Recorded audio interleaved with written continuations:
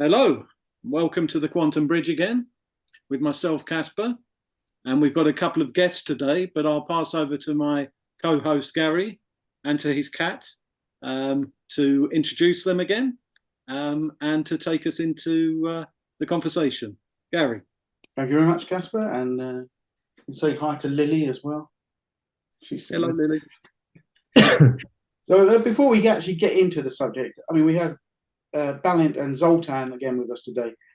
Now, we noticed that sometimes Zoltán has this other name, which is well digger.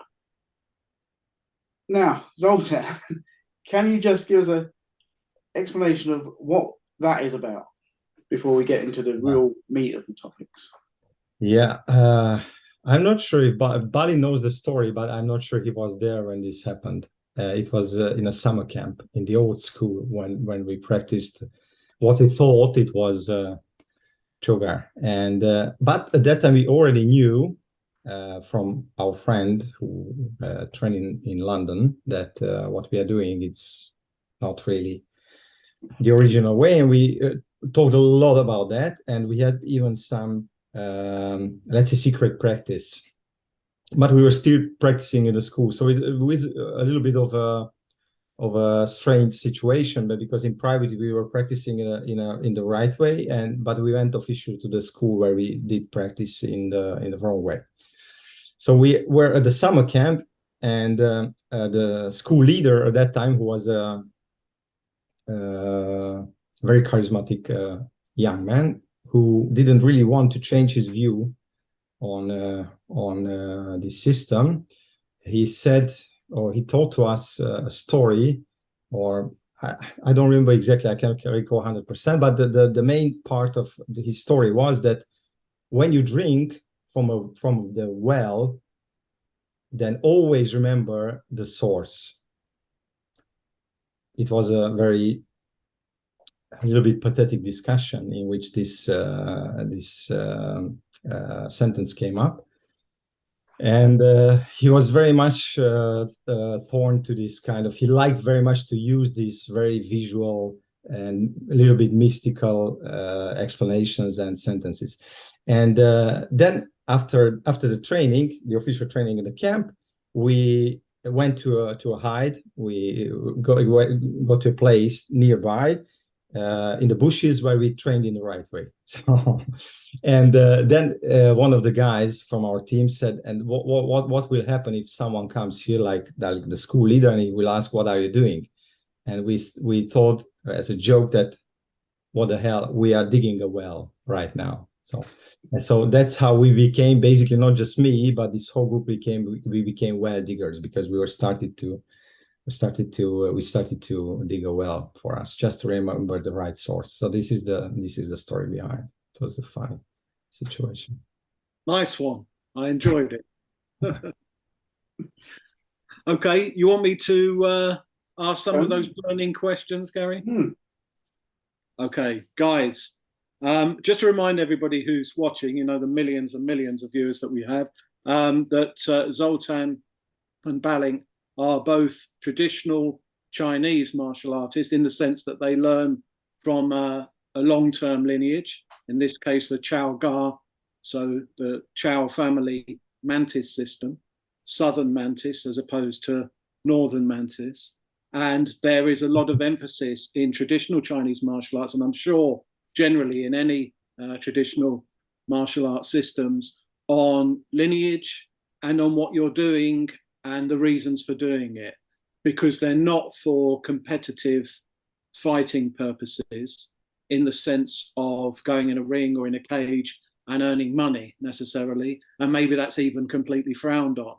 And then we've got this whole other arena in the world at the moment that gets a lot of light shone on it and quite a lot of positivity in the moment, which is fine, but that positivity might be at the detriment of the traditional Chinese martial arts at the moment, and generally traditional martial arts. So there has been a lot of talk recently about the validity of some of those older systems with these long lineages and so on, versus what works in a martial environment. Now, mainly that is in a cage or a ring. So I think that the guys would agree with me, and Gary hopefully would as well, that there's no way of getting away from this at the moment, that those things are in the psyche of people. And I'd love you guys, either of you who wants to start first, to touch on what as you see as the two differences and maybe the sort of positives and negatives of either of those approaches, and why one has appealed to you guys more than the other one. So whoever would like to touch on that, I'd love to hear your thoughts. Well, maybe then I will start. Great. And we can show up some differences, which is, I wouldn't approach it from the aspect that which one is better or which one is worse. Absolutely. It's going to be a different approach. But if you just catch the fighting perspective of these two, let's say mixed martial arts or with traditional martial arts, or I can only talk about Chow Gar, I cannot talk about other systems. Sure. But in case of Chow Gar, it is designed for real life combat situations, not really to find in a situation where you fight with certain rules. Actually, MMA is a sport. However, it's not a fighting system, but it's a ruling system where you are mixing martial arts. And of course, even though it's a sport, it's still effective as a fighting system. There's no doubt of that. But this is a huge difference when you designed to fight in a ring, to learn according to certain rules, and you train for stamina, for example, to fight with someone for a long period of time, and you train for stamina and train a lot of conditioning. When you are training for finishing off a situation in a very, very short period of time, let's say just you train just for one motion, if is not really good for business anyway. If you go into the ring and it's finished before the audience is sitting down, so it's not, there are no advertisements and so on. It's a totally different thing. So it's not about really earning money, but it's also just only to protect yourself in a real life situation on the street or wherever. Absolutely. Zoltán, have you got any thoughts? Yeah, I would start a little bit from the past, okay? Because what mostly traditional martial arts got as a critique is that it's useless. And they say, just look at what happens, like in China with this Chinese guy, this famous Chinese guy who's beating up all the traditional masters, going through China around and beating up these Tai Chi and whatever masters, really in a few seconds. And also they say that, traditional martial artists do not go to ring fights. And even if they go, as it happened before, they got trashed. Yes, it happens, but also it happens that we have traditional martial artists in the cage as well, who are very successful because, first of all, they have a deep background. Second, they trained, as Bálint mentioned, to have a long stamina, to a big stamina, strong stamina, and to be able to fight even for an hour if it is necessary, because the rules do not let you finish the fight in a way that would be in another system, in another period of time, which I want to talk about a little bit. And basically, these people are right, but what's the why is that? Why this happens? First of all, when you say in general, they are saying that traditional martial arts are trash and useless. First of all, they should think about one very important aspect. Traditional martial arts, for instance, let's take the Chinese martial arts, Chinese Kung Fu. Our system is 150 or 200 years old, they say, based on the stories. But I think it's much, first of all, we don't know if the story is real. And I think one part of the system is much older than that. It roots way back in time. And if you just think about, that was a hostile period of in the world, when people had to defend themselves, really, their lives. And saying that something is trash and useless is basically, how to put it nicely, is nonsense. Because these systems had to survive. So these people had to survive. With surviving with a system which is not working, it's impossible. Those systems were all dead right after creating them, because they could not survive. So they used it for fight, and they used it in war. These people were like the warrior monks or the soldiers in the Chinese army. They were fighting a lot in their lives with Kung Fu, what they've learned. So that's one story. The second, what happened? What happened is the last 200 years, when basically the world around started to be more soft, let's say more safe. They were creating rules, there was police and so on and so on. So the people did not have to defend themselves or to test themselves. They created maybe some contest and so on. But in a real life, daily life situation, they did not have to protect themselves.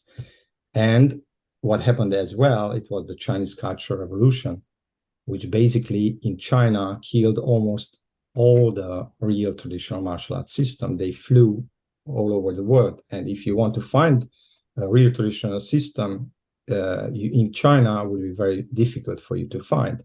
Even if you go to Shaolin, honestly, I doubt there is any real traditional martial art, even in the Shaolin temple. So you have to find it somewhere like in Hong Kong, Taiwan, or Macau, or United States, or wherever they went. And with the problem with this, that basically the knowledge is lost, or it was just a few people who maybe saved it, and that's why you can seldom find these martial arts systems. And we strongly believe that one of those is Chow Gar Mantis, which survived basically in Hong Kong.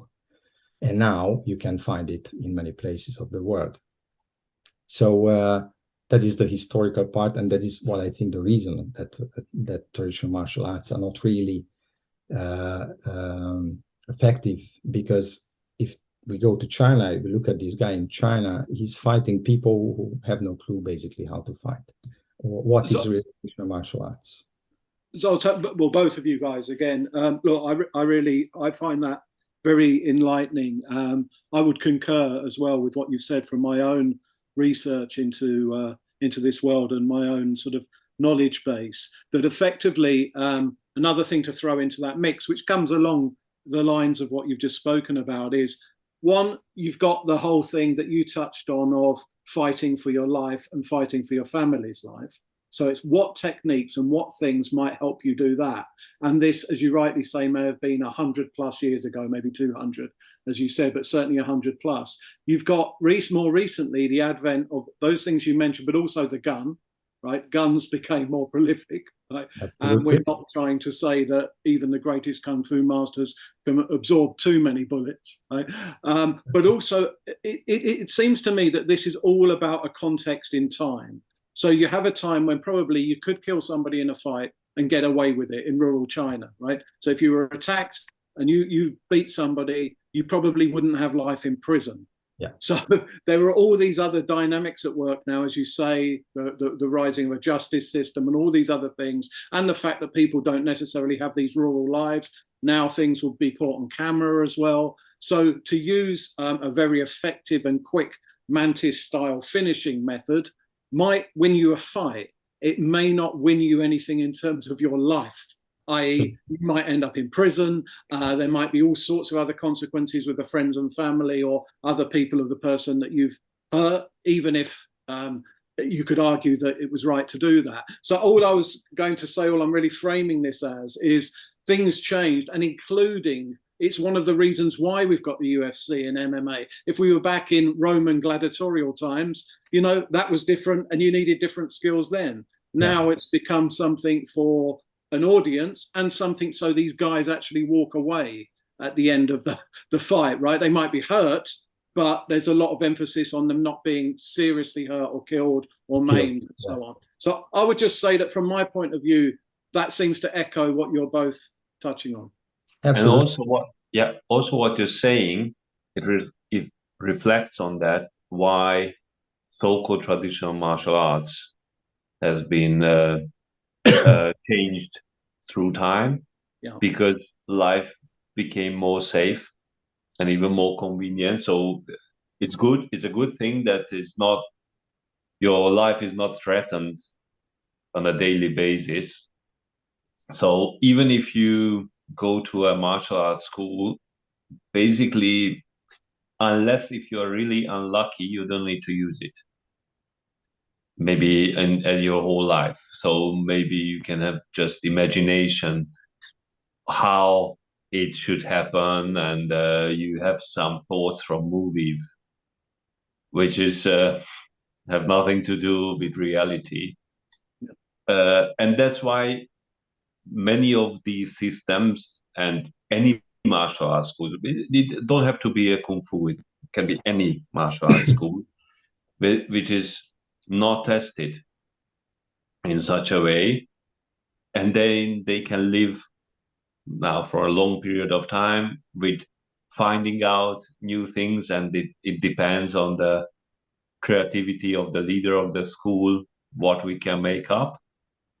And maybe if people enjoy it, do it for fun, they can still keep on doing it unless they become tested, and then they might feel that there's something could be wrong, but it doesn't really coming up.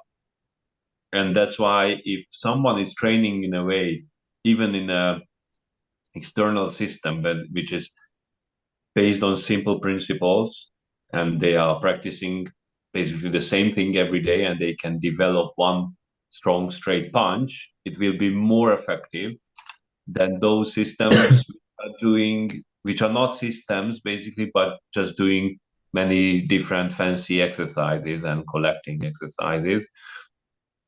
And it looks like a martial art, but maybe is just effective against ordinary people who are not doing anything. Would you say then, at least the way traditional martial arts is today, that the challenge is more with yourself in what you can achieve on a personal level over a longer period of time? So it's like, how developing, like we've spoken before about the internal power and these types of things, that it's more about that over a lifetime than, like we say, training for a fight that's in this small moment. Absolutely. I think absolutely it always depends on the person. So what I said once, I think that method is important. So that can give better tools to someone who wants to develop the skills. But what you do with the tools is basically up to you. You can just have fun and with good tools, and you won't achieve anything. And even with worse tools, you can, if you are dedicated, you can have a very good level. If you really want, if you want to. So anyone, so let's see it clearly. Anyone who goes starts to learn traditional martial arts, if they want to be tested, if they want to have these kind of achievements that, okay, I go and fight everyone, and I want to win, and I want to go to the cage, they can still do it. There are many people in the cage who have a traditional martial arts background, in karate, Chinese martial arts, whatever martial arts. And some of them, I think one of them also told that when he goes back home, he's practicing traditional martial arts. When he's preparing for fighting, then he's using the methods of the preparation for the fight. And these are two different things. Martial arts is deeper than a physical preparation, basically, for a fight, which is just about effectiveness and be on the top at the moment when you will have the fight. It's two different things. But of course, these can be combined. It's up to the person what the person wants to achieve. Absolutely. Someone wants just to have a development over a lifetime, and become just healthy and stay strong and stay vital even at the age of, I don't know, 80, 90, 100, 500, and whatever year. So that can be another goal, and that also can be respected. So not everyone wants to be a tough fighter or a top UFC fighter, but still can have very good skills, and vice versa. Yeah, so can happen. I think that's good, because for me, there's this real key distinction that we've brought to the surface, I hope, here, between fighting for an outcome in a controlled environment, and not to say that these guys don't have traditional martial arts backgrounds, but obviously they've also honed certain skills that work best in that environment and give them the success in that environment, versus skills and abilities. And I think maybe on our next recording together, we can all touch on that thing of chi cultivation, for example, energy, feeling those energies, and the fact that most traditional Chinese martial artists that I've spoken to, I'm sure it will go for other lineages beyond China, beyond Chinese martial artists, is this thing of creating energy and power that doesn't wane as your physical abilities, certainly your muscle mass, falls away. And I think for most people to understand that they can have this vital energy, as you touched on there, Zoltán, for the rest of their lives, and that it can improve their lives. Given, coming back to what Bálint said about the fact that hopefully we never have a physical encounter on the street and so on in our whole lives, then if you weigh up those two things of being vital, healthier, happier, and all of those things, versus just being able to knock somebody out if you really needed to in a fight, for example, actually, of the two, although of course saving your life's a nice one, the one that probably has more realistic ways of being real for you throughout your lifetime is probably that thing of cultivating energy and overcoming challenges and so on. So maybe again we can all have another conversation about how you've, in a very practical sense, how you've both found that. And is this something that you feel developing in you over the years? Or is this something that is so subtle it's not felt, but we're told about it? Might be nice to talk about what that real difference in longevity is, versus if, for example, you're a bodybuilder where by the time you're 40 or 50, unless you're on some form of hormone replacement, you're gradually going to lose a lot of those gains. Whereas in what we're talking about, these gains can be fostered and maybe even improved on, perhaps, over the period of 50, 60, 70 years of age. Maybe it's something nice to talk about. Absolutely. Yeah, to just one notice, maybe it's a good closing for this. Okay, and it could be a bridge for our next conversation, because I like the word bridge. because we always talk about power and power quality, and it could serve with an explanation. You mentioned bodybuilder or weightlifting, and it's I could bring you here a comparison. If you take again animals as a reference, that there are definitely different kind of power qualities what one can get with different kind of trainings. And suppose if you take a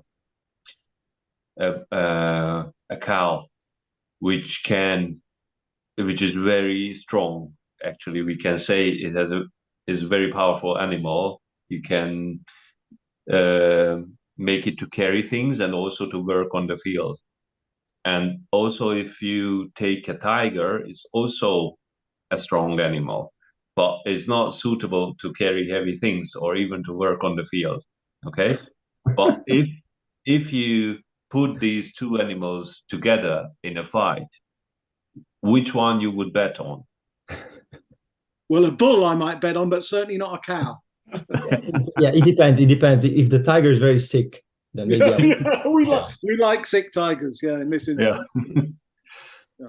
So in this case, suppose, for example, in this system in Chow Gar, we are going for the tiger type of power, which is not suitable for work on the field or carry everything. but is definitely suitable for a fighting situation. Very good point. Yeah.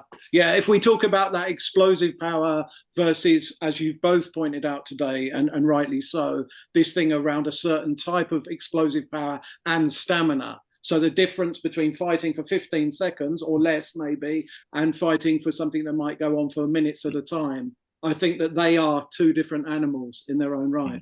So yeah, okay. Look, I think we've let's not give that too much time now, because I think that's a great area to touch on next time. I see we're coming towards the end as always. I thought that was really enlightening, both of you. So thank you very much for giving your thoughts and opinions around this very contentious area. Okay. Thank you. Thank you. Thank you. See you next time. Take care. Yeah, lovely to see you both. And from the Quantum Bridge, thank you again. Hope to see you again. And goodbye. Bye. Bye.